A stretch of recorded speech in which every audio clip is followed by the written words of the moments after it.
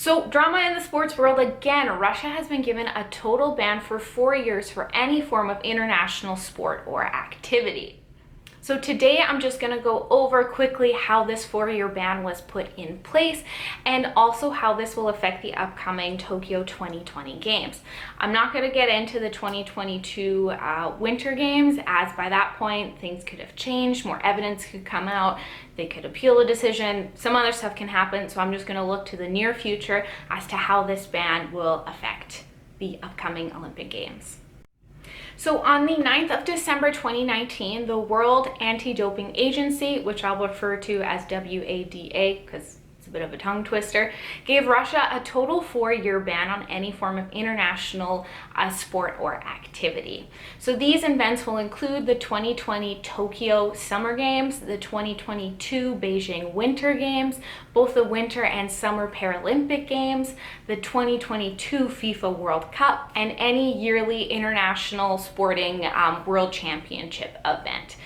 This ban will also disqualify them from hosting any form of international sporting event as well.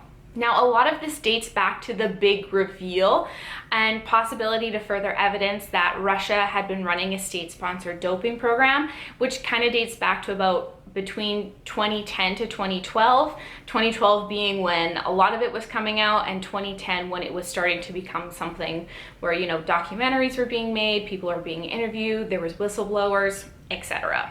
Basically, the WADA told Russia to hand over documents and electronic data from a specific Moscow lab by December 31st, 2018, as they suspected that this lab was actually tampering with results. Initially, Russia didn't make the deadline, however, gave all the information over to the WADA 10 days after it was supposed to on January 10th. The WADA took about 2,260 samples from this laboratory and began to study them. As they investigated this data, they realized there was a lot of tampering with the drug test results, including deleting positive results, which showed that athletes had been tested positive for forms of performance-enhancing drugs. They also found data of athletes who had been previously considered clean had actually been doped. There were also athletes who had previously been caught doping, were told not to, given bans, once they came back into competition, realizing they had still been doping all along. There were also athletes found to have been training with banned coaches and staff, particularly race walking and athletics coach Viktor Chigin, who was given a lifetime ban in 2015 when it came out that basically all of the athletes who trained under him had been caught doping. There were also discoveries of a lot of athletes who had previously tested negative at games, found out that actually they had tested positive and just the evidence had been tampered with. Now, all of this was linked to the Russian state intervening at the specific Moscow laboratory, tampering with these results. So a lot of this stuff came all the way from the top, as in, yes, the crazy naked horse riding President Vladimir Putin. It was a huge mess. So all of this stuff was coming out. The WADA decided that enough's enough. We're just going to ban the country for a total of 4 years, which covers quite a number of events, and just say until we get to the bottom of this, you're not allowed to do anything. Russia is not allowed to be a part of international sport. Now, the WADA does know which athletes' test results had been tampered with, but have not released specifics as of yet. Now, Russian athletes will still be able to compete at future international sporting events, similar to what happened at the 2018 Pyeongchang Winter Olympics, but there will be no anthem, no flag, and they'll be competing under a different name, not their country name. So the WADA and the IOC aren't even allowing Russia in the name of these athletes who'll be competing. In 2018, they were called the Olympic Athletes of Russia, wore very plain clothes, etc. However, from now on, Russia won't even be in the title. They'll have to be authorized neutral athletes, and again, no symbolic ties or visible ties to Russia as well. However, athletes have to prove that they have been clean basically their entire sporting career in order to apply, in order to become an authorized neutral athlete, which will be difficult and will greatly limit the number of Russian athletes who will be allowed to compete at sporting events. As of right now, anyone who had been previously caught, whose test results had been tampered with, and anyone who was found to have trained with a banned coach or coaching personnel will not even be allowed to apply to be an authorized neutral athlete. A lot of people internationally are saying that this ban didn't go far enough. It should be a complete total ban against any form of Russian athlete who is wanting to compete. They shouldn't even be allowed at this point. Many believe that this would have been much better because, you know, for the past over 10 years, Russia hasn't been playing fair when it comes to sport, which means that those athletes in countries who have been playing fair have been losing out on world championships and medals. Of course, Russia is like, this is anti-Russian propaganda, this isn't fair. They will be allowed to appeal the decision, and Putin is like, yes, we will be doing this ASAP. But I don't really think them appealing will change, because I feel like at this point they've been discovering dirt and more skeletons in the closet for at least 10 years now at this point, and I feel like these organizations really just want to get to the bottom of it. And also, if they did appeal the decision, there would be a lot of international flack from pretty much everyone. A lot of people will probably be like, it's collusion, Russia's involved with the WADA and the IOC. So it wouldn't be a good look for them at all. And what I think is a really interesting part about this is very recently, all the Russian boxers have said that they are planning on boycotting the games if the ban has not been lifted, as they refuse to compete unless they are allowed to, you know, have Russia in the name with their flag, their anthem, etc. It's kind of like, you're fired. No, I quit. Most of the boxers probably won't be able to compete anyway. A lot of them are just kind of jumping off the ship before it actually sinks and before they get dragged down with it.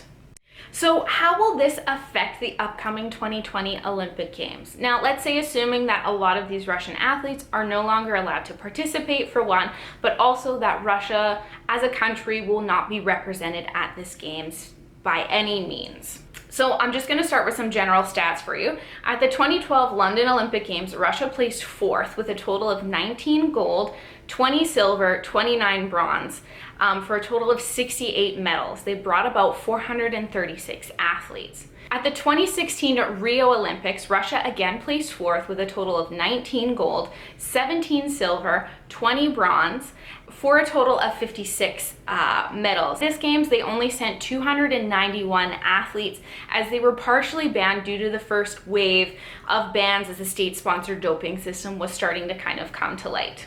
So events that Russia tend to be really good at and normally medal include things like gymnastics, wrestling, athletics, boxing, and synchronized swimming. So I'm going to start with wrestling. At the 2016 Rio Olympic Games, they won 4 gold, 3 silver, 2 bronze, for a total of 9 medals in wrestling. They also won 11 at the previous Games in 2012. Basically, Russia's always been a big leader in what are big man sports, so your heavier weighted sports, weightlifting, wrestling, a lot of your martial arts sports as well, and basically picking up heavy things and putting them down. That's something Russia seems to be very good at. Another one will be gymnastics. At the 2012 Games, they won 3 gold, 5 silver, 4 bronze, for a total of 12 medals and 2nd place overall in gymnastics. At the 2016 Games, they won 3 gold, 5 silver, 3 bronze, for a total of 11, where again they came in 2nd place. Basically, Russia consistently wins medals in team and individual events for women's and men's gymnastics, and the Soviet Union / Russia, because they're technically the same place, have been dominating in gymnastics for decades at this point. So for them not being represented, that's going to be a big change in the medal podium. Another one they're strong at is athletics. They're good at jumps, middle distance running, the athlons, which include decathlon, pentathlon, heptathlon, modern pentathlon. They usually rank really high if they haven't medaled, and there always seems to be a Russian in like every athletic event somewhere. There's always like a Russian, an American, and a Chinese. Every single event in athletics, there's always a couple Russians. Now, probably the biggest hit event will actually be synchronized swimming. Now, Russia has won both golds in the team and duet synchronized swimming events since 2000. They are 5-time Olympic gold medal championships in synchronized swimming. They've been winning for quite a long time now. And, you know, there really hasn't been an issue with doping in synchronized swimming.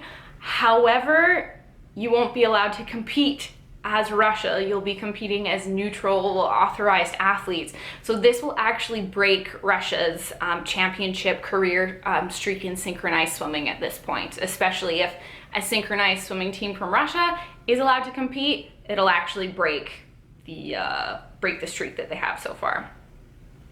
So from the 2016 Olympic Games, they have currently 19 Olympic championships in events including fencing, gymnastics, tennis, wrestling, boxing, judo, handball, and the modern pentathlon. And some of these championships may actually be removed depending on what evidence comes out at this point. So what does the future hold right now for sport, for Russia in sport, for doping? Here are some of my predictions. Now, I definitely think that Russia will appeal this decision 100%. However, I really hope the WADA and the IOC stick to their guns and keep the ban as is. If not, I feel like there'd be a lot of negative attention towards it. I also feel like at this point, there's just been so much stuff dug up about Russia that they really need to get to the bottom of it and figure out a way to get them to not do it anymore, which I don't think will ever really be possible.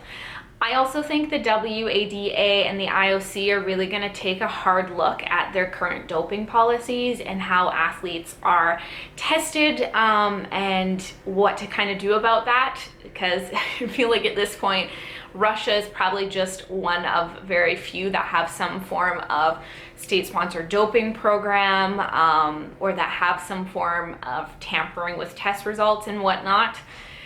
So I feel like they'll have to take a really hard look at it, see what they can do to maybe prevent it, and see what they can do to maybe find other people who are doing it as well. I really don't think Russia is the only nation that is doping its athletes at all. I feel like another big contender could be China. I feel like there's probably some in the US, there's probably some in Eastern Europe, there's probably some in a lot of places. It's just that Russia has been the first to have been like unearthed and discovered. There'll definitely be a really big decrease in the amount of Russian athletes who will be attending the games for all sorts of games because I feel like they're gonna take like a really strict no doping whatsoever policy. If you've been caught before, you're not allowed. If your tests have been tampered with, you're not going to be allowed. So there's probably not a lot of 100% clean athletes in Russia. So I feel like not a lot of them will actually be allowed to compete if the ban kind of stays as is as of right now. I also think that a lot of other athletes like the boxers will boycott or threaten to boycott the games because I think at this point there's a lot of people who maybe know or maybe they don't know that they have doped or had their test results tampered with, and I feel like they're probably just going to bow out before they get caught and told that they're not allowed to compete. They're going to say, well, you know what? I didn't want to go anyway, so I'm just not going to go now, as opposed to being told that you can't go. They're like, well, I didn't want to anyway. I feel like a lot more athletes, if not the whole state of Russia, will be doing that. There'll definitely be more coming up as this continues for sure. Also, what I think is going to be really interesting is there hasn't really been a lot of athletes that have been disqualified or been told that they're not allowed to come to a games, all the way back to the 1980 Moscow Games and the 1984 Los Angeles Olympics with the double boycott. And that double boycott where basically Soviet bloc countries didn't go to Los Angeles as retaliation against a lot of Western nations like Britain, the US, Canada, didn't go to the 1980 Olympic Games because of what the Soviet Union was doing in Russia at that time. There hasn't really been something like this since, so I think it'll really change how the medal standings look. I think it'll give opportunities to new countries to maybe win medals or compete in games that they haven't been able to or rank a little bit higher. But with that, it'll probably also mean that the US and China will win more medals because, let's be real, pretty much in every event, China, the US, or Russia are somewhere in the medal standings or somewhere really high up there. So I think it will be a big change. Hopefully for the better. We will see how it goes. But I think this is something that is actually very exciting for the world of sport and how we look at sport and performance enhancing drugs. And I'm very interested to see how this goes. I keep refreshing pages every day to see if there's any updates. And funnily enough, I have been trying to work on a video about the Russian doping scandal, and I constantly have to update it for the most up-to-date information. And now I have to redo it because all of this stuff that's coming out now. So, and with that, that is a quick little blurb on what this 4-year ban means, how it came about, and what's maybe going to happen with it in the future, particularly for international sport and the Olympic Games. So I do hope you enjoyed this video. If you liked it, give it a thumbs up. If you want to see that Russia doping video that I've been trying to work on but can't quite get there because new stuff keeps coming out, let me know. You can also subscribe so you can see that video later as well. So thanks for sticking around. I hope you enjoyed it. Goodbye.